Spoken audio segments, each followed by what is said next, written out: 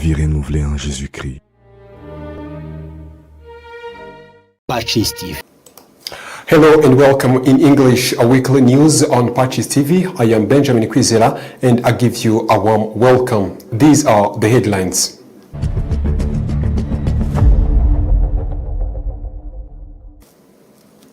On the debut of the week commemoration of the genocide against the Tutsi, President Paul Kagame reminded Rwandans that nobody will die twice and thanked survivors for their resilience and contribution in the journey of building the country.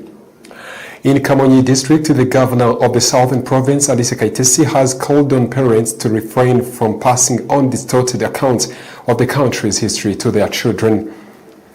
In Nyaruguru, as Rwanda marks the 32nd commemoration of the 1994 genocide against the Tutsi and the beginning of 100 days of remembrance, activities in Nyaruguru district were officially launched in the Ruramba sector. In international news, the President of the United States, Donald Trump, criticized Iran over its handling of the Hormuz Strait in a series of social posts. Trump says Iran is doing a very poor job managing the passage. And we are going to the news in detail.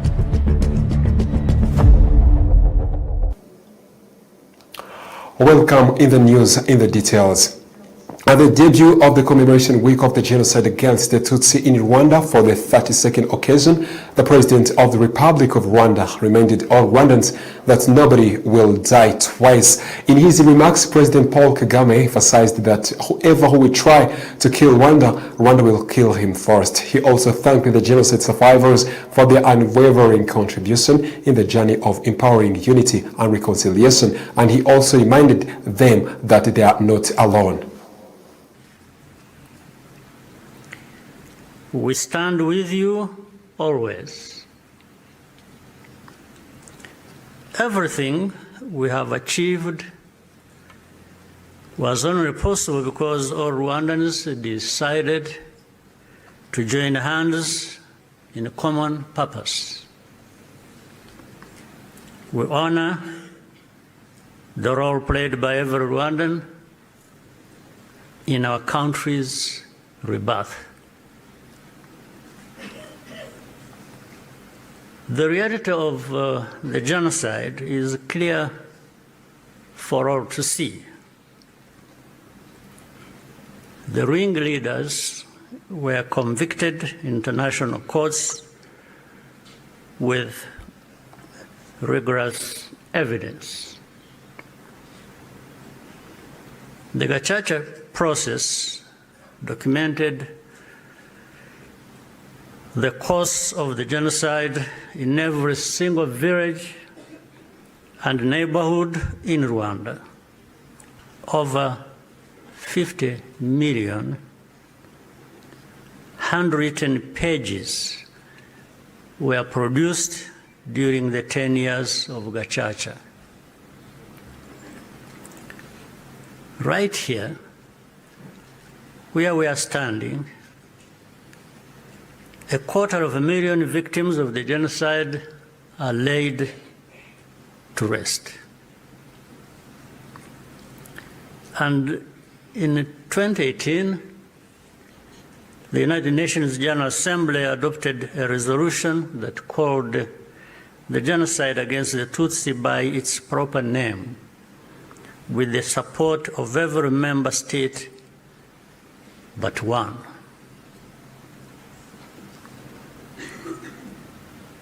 The truth is undeniable, and yet we still find people sowing doubt and twisting the facts up to today.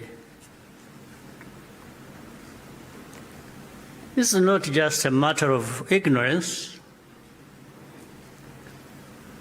but something much deeper. It means that the risk of seeing history repeat itself is a constant danger. If we allow ourselves and our friends to become indifferent. Genocide denial begins long before the genocide itself is committed. There is a pattern of looking away from the warning signs or taking them lightly. Hate speech turns into hate acts, dismissed as expressions of popular discontent. During the week of commemoration of the genocide perpetrated against the Tutsi, the Rwandans and the whole world honor and commemorate more than 1 million people who were killed in just 100 days. In Kamonyi district, as the world joins Rwanda on the 7th of April 2026 to mark the 32nd anniversary of the 1994 genocide against the Tutsi, the governor of the southern province, Alice Kayitesi, has called on parents to refrain from passing on distorted accounts of the country's history to their children. She also urged the young people to use social media responsibly, highlighting Rwanda's progress while avoiding misuse. In Kamonyi district, the official launch of the commemoration week took place at the district genocide memorial site located in the Gacurabwenge sector. Some survivors of the 1994 genocide against the Tutsi from Gacurabwenge sector say that 32 years on, they have made significant strides in rebuilding their lives. Meanwhile, the governor of the southern province, Alice Kayitesi, who joined the residents of Kamonyi district for the launch of the Mourning Week and the 100 Days of Remembrance, emphasized the importance of preserving truth about Rwanda's history. She cautioned the parents against misleading their children with distorted narratives. She also encouraged the youth to make positive use of the social media platforms, sharing Rwanda's development journey and achievement while avoiding content that could be harmful and divisive. During the 32nd commemoration period, the governor further called on all Rwandans to stand in solidarity with the genocide survivors, offering them continued support and encouragement as they rebuild their lives. In Nyaruguru district, as Rwanda marks the 32nd commemoration of the 1994 genocide against the Tutsi and the beginning of 100 days of remembrance, activities in Nyaruguru district were officially launched in Ruramba sector. The district mayor, Dr. Emmanuel Murwanashyaka, called on residents to recognize their role in building the resilient Rwanda they aspire to and continue safeguarding of national unity and resilience. The launch of the Mourning Week and 100 Days of Remembrance for the 32nd anniversary of the 1994 genocide against the Tutsi in the Nyaruguru district took place at the genocide memorial site in Ruramba sector, where victims of the genocide are laid to rest. Kanyambo Rosa, a survivor of 1994 genocide against the Tutsi, along with Jean-Marie Vianney Misigaro, both from Ruramba sector, expressed their gratitude to their government and, of course, helping rebuild their lives of all Rwandans. The president of Ibuka in Nyaruguru district, Siridio Habimana, in his message, urged genocide survivors to continue remembering while rebuilding their lives and to work together with other Rwandans to strengthen unity and resilience.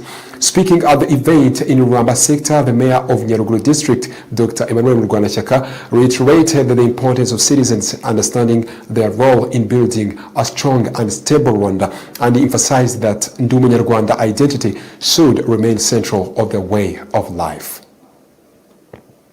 In Kigali on this Friday, the president of Supreme Court, Domitira Mukantaganzwa, received the oath of judges and court registrars who were recently approved by High Council of Judiciary. He took the opportunity to urge those who took the oath to demonstrate integrity and their duties to provide quality services to those who seek them. 60 judges and 20 court clerks were recently approved by Judicial Council have taken the oaths of the office.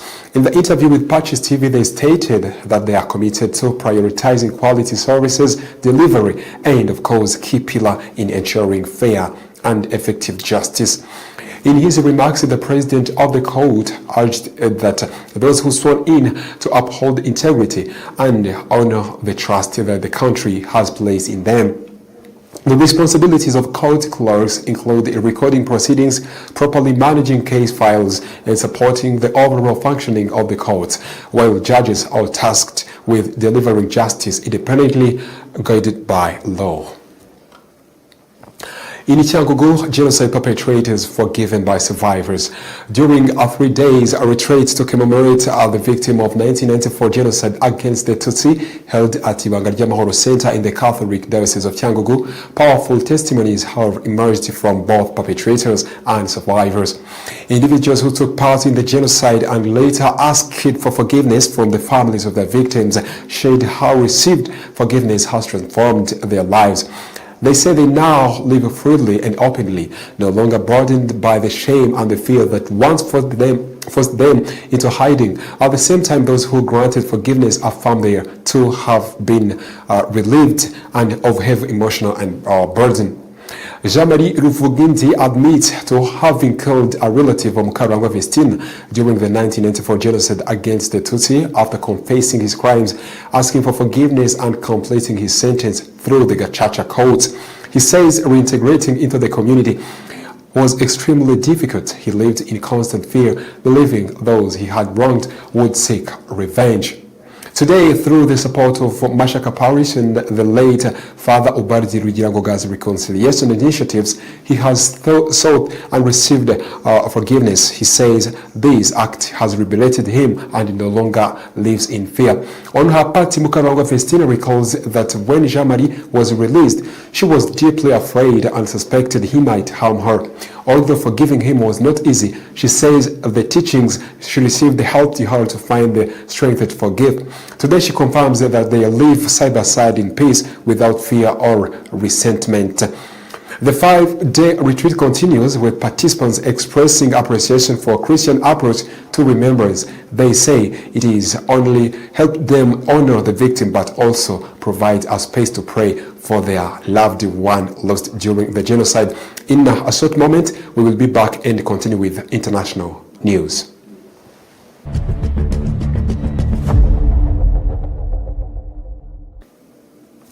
Welcome back in international news. Pope Leo welcomes the news of ceasefire in Middle East and asks that all parties engage in prolonged dialogue to reach the end of the conflict.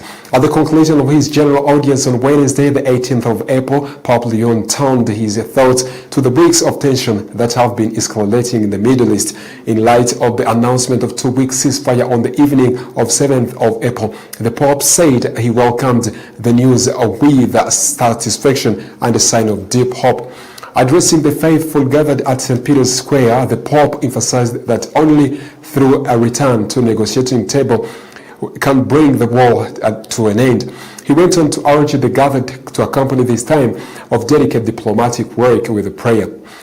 Iran and United States and Israel said they reached a deal of 2-week ceasefire in the war that is ravaging the Middle East on Tuesday evening. U.S. President Donald Trump pulled back from his threat to destroy Iranian civilization. In a statement released on Wednesday morning, Israel Prime Minister Benjamin Netanyahu said that while it supports Trump's decision to suspend strikes against Iran for 2 weeks, the ceasefire will not include Lebanon, where more than 1,500 have been killed. In the Middle East, Prime Minister of Israel Benjamin Netanyahu said that there is no ceasefire in Lebanon as Israel pursues talks. On the day 41 of Middle East conflict, the deadly Israel military offensive targeting Tehran-backed Hezbollah has emerged as a critical point of contention surrounding the tenuous U.S.-Iran ceasefire. The Prime Minister Benjamin Netanyahu said Israel wants direct negotiations with Lebanon of disarming Hezbollah and establishing peaceful relations, but said there is no ceasefire currently in place. Lebanese officials say Beirut has not received a formal invitation for talks with one of them.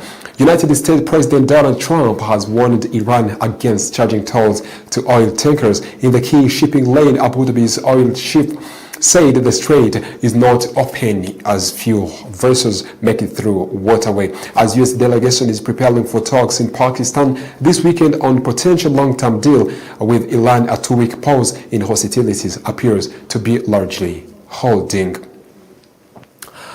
In the United States, President Donald Trump criticizes Iran over its handling of Hormuz Strait. In a series of truth social media posts, Trump says Iran is doing a very poor job managing the passage, where 20% of the world's oil passes, and warns Tehran against charging fees to tankers going through. It comes as the fighting continues between Israel and Hezbollah in Lebanon, where the strikes are reported overnight and early Friday.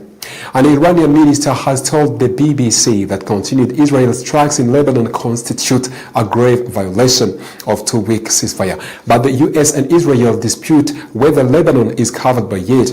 It comes ahead of scheduled peace talks in Pakistan over the weekend due to be attended by the US Vice President J.D. Vance and Iranian delegation.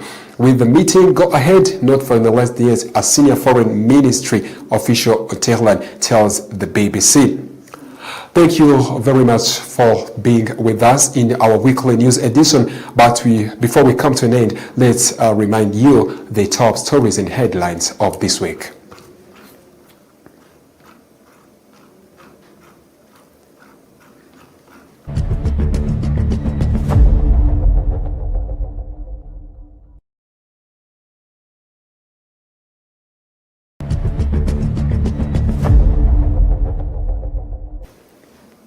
On the debut of the week of commemoration of the genocide against the Tutsi, the president of Rwanda, Paul Kagame, reminded the Rwandans that nobody will die twice and thanked survivors for their resilience and contribution in the journey of building the country.